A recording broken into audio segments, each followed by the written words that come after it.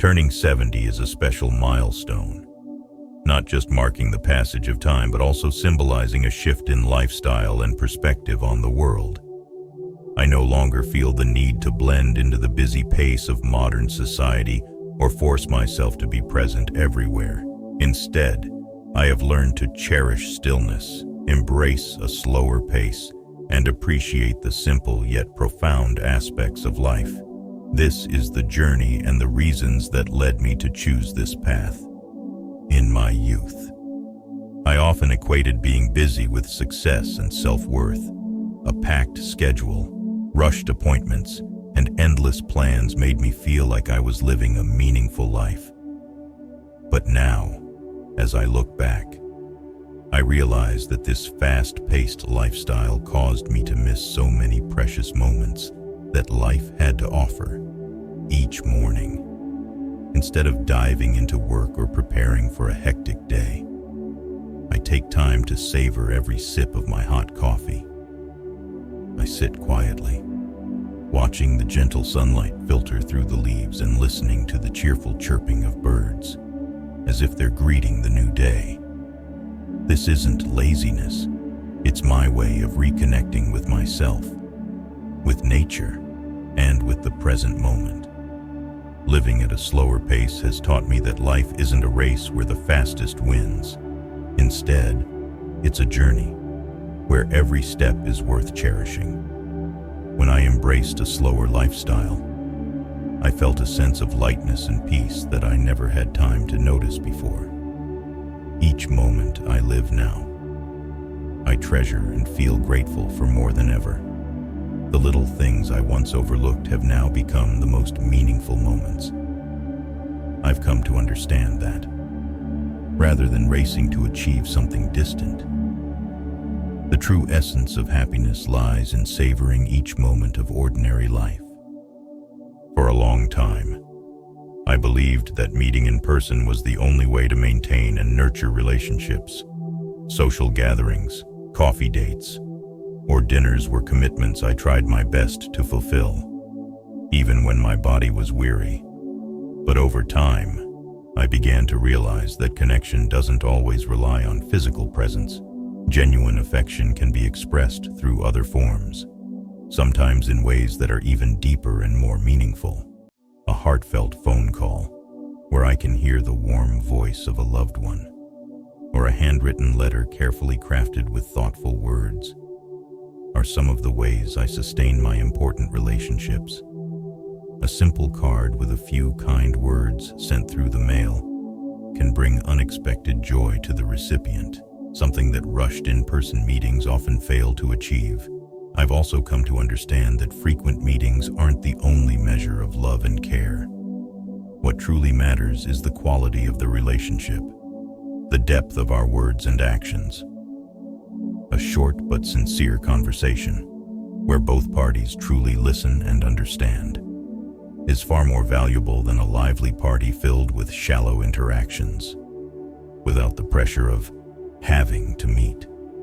I've grown to appreciate other forms of connection. Short video calls, even if only for a few minutes, act as a bridge between me and my distant grandchildren. Handwritten letters, though simple, allow me to express my feelings in a genuine and heartfelt way. Not meeting in person as often doesn't diminish the love I have for my family and friends. Instead, it has allowed me to discover more meaningful ways to connect, ways that preserve the bond while aligning with the rhythm of life that I now cherish. In my younger years, I felt like I had an endless supply of energy. A single day could start early with work, include several appointments, and stretch late into the evening with social activities, all without leaving me exhausted. But now, I've come to realize that energy is no longer something I can spend so freely. Every outing, whether it's a short trip or an important event, requires careful consideration. I can no longer hop into the car and head out whenever an invitation comes my way. Simple things like arranging a meeting, packing a bag, or even navigating crowded streets can leave me drained before the event even begins. What used to feel like small tasks have now become genuine challenges. That doesn't mean I love my family, friends, or the important people in my life any less. Instead, I've learned to use my energy more mindfully. I focus on relationships and activities that bring me joy, comfort, and meaning.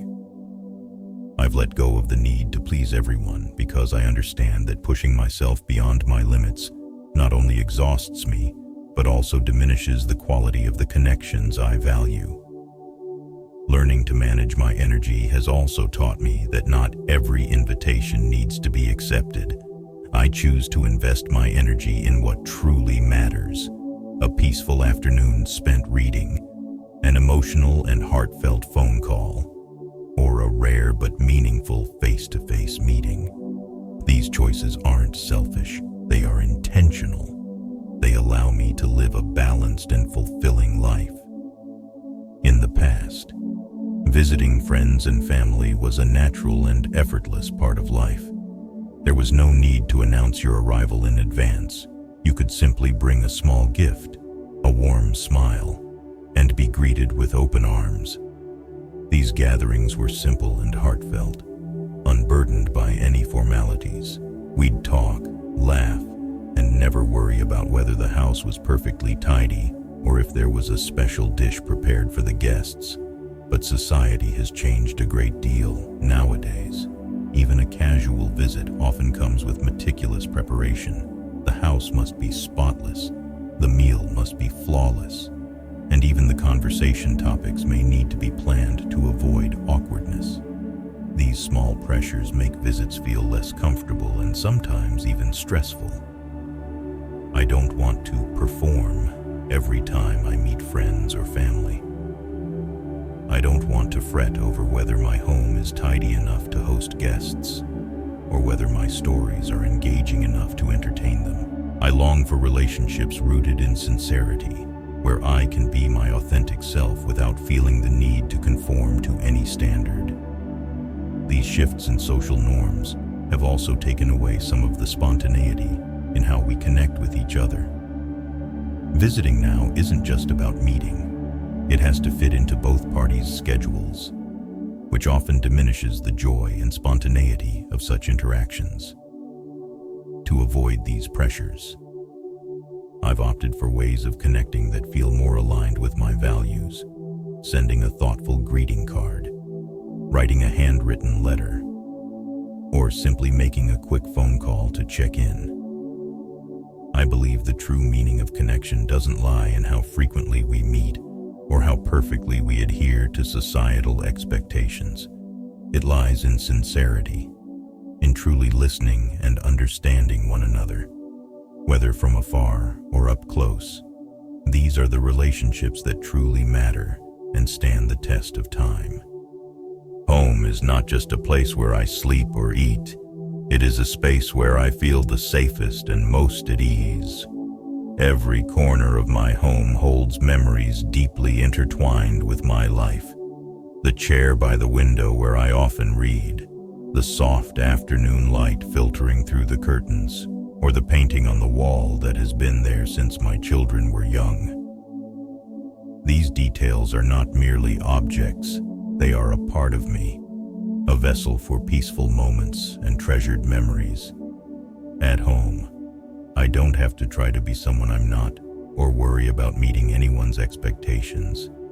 It is where I can let myself relax in silence, enjoy the slower rhythms of life, and take deep, calming breaths, simply sitting by the window, watching the sunlight dance on the leaves, or listening to the birds chirping in the garden is enough to fill me with a deep, simple joy. Leaving home, even just to visit a loved one, often requires significant physical and mental preparation. I find myself asking questions like, will that space be comfortable? Or, do I have the energy for this trip? These considerations sometimes take away from the joy of visiting, which makes me appreciate the peace my home provides even more. Home is not just a residence. It is a sanctuary where I can be myself, unfiltered, unedited, free. In today's fast-paced world, I've realized that happiness doesn't come from extravagant trips or lively parties. Instead, it comes from the feeling of returning to a place that always welcomes me with open arms and surrounds me with tranquility. In my younger years, I believed that every relationship needed to be maintained and nurtured. I made an effort to attend every gathering, remember every special occasion, and ensure I didn't miss any opportunity to keep my social connections alive. However, as I've grown older, I've come to understand that not all relationships hold the same value. Some bring me joy, encouragement, and a sense of love, while others drain my energy and offer little in return. Learning to let go has not been an easy decision. Sometimes, stepping away from people I was once close to fills me with regret. But I've also realized that letting go doesn't mean erasing memories or feelings. It means acknowledging that the relationship has fulfilled its purpose in my life, making room for new, meaningful connections to take its place. When I release relationships that no longer serve me, I feel a sense of lightness in my soul. I no longer carry the pressure of trying to please everyone or worry that I'm not good enough. Instead, I can focus all my energy and time on the people who truly matter, my family, close friends, and those who consistently bring positivity and love into my life. Letting go is more than just an act. It is a profound life lesson. It teaches me that happiness is not found in the quantity of relationships, but in their quality. Above all, it reminds me that to move forward and live a peaceful life, we must sometimes be willing to part ways with things or people that no longer align with our journey. For me, peace is not merely the absence of noise or chaos. It is a conscious choice to protect my soul. I spent many years caught in the unrelenting grind of life, where every day was packed with tight schedules and ever-increasing expectations. But now, I've come to realize that not every invitation or opportunity needs to be accepted. Learning to say no has been a valuable lesson. I no longer feel guilty about turning down plans that bring pressure or don't align with the pace of life I now cherish. Instead, I only say yes to things that truly bring me joy and lightness. This not only helps me conserve energy, but also gives me the freedom to shape the life I want to live. My peace doesn't come from grand or extravagant things. It resides in the simplest of moments. The sound of birds chirping in the morning, the gentle sunlight streaming through my window at the start of a new day. It's in the pages of a book turning softly, carrying me to another world, or the warm comfort of wrapping myself in a familiar blanket, enjoying the serenity of my own space. I also find peace in moments of quiet reflection, letting my thoughts drift naturally without being tied to any rush or worry. Peace is the feeling of being enough, of not having to chase any external standard or prove anything to the world. It is a state I have consciously chosen, built, and nurtured with care and respect. Turning 70 is a unique milestone in life. It's no longer about proving my worth to the world or worrying whether I've achieved enough to be deemed successful by others. I've moved past that stage. Instead, I focus on living authentically and wholeheartedly, dedicating my time to what truly matters to me. Living authentically means I no longer feel the need to attend every social event or stay busy just to validate my sense of self-worth. I allow myself to find joy in the small things I may have overlooked before. A phone call from a loved one, where the familiar warmth of their voice brings a sense of closeness and comfort. A quiet afternoon in my garden, where I can breathe in the scent of flowers and listen to the gentle rustle of the wind. A handwritten letter from an old friend, brimming with heartfelt words and cherished memories. I've also learned to live honestly with my emotions. When I'm happy, I let myself laugh wholeheartedly. When I'm sad, I don't hide it. I embrace it and seek ways to heal. No longer feeling the need to meet others' expectations has made me feel lighter and freer. Living authentically isn't just about being true to myself. It's also about embracing what life offers at every moment. Life at 70 provides the opportunity to reflect on and cherish all that I've experienced. There's no rush, no competition. I've found happiness in being my true self and in appreciating the simple yet meaningful aspects of life. Life at 70 brings the freedom to live authentically and at a slower pace. It's how I've found balance, learned to value the little things, and fostered deeper connections with the people I love. Are you ready to slow down and truly savor life? Let's share our stories and inspire each other on this journey. If you find this video useful, inspiring, and motivating, please hit the like button and don't forget to subscribe to our channel so you won't miss our upcoming videos.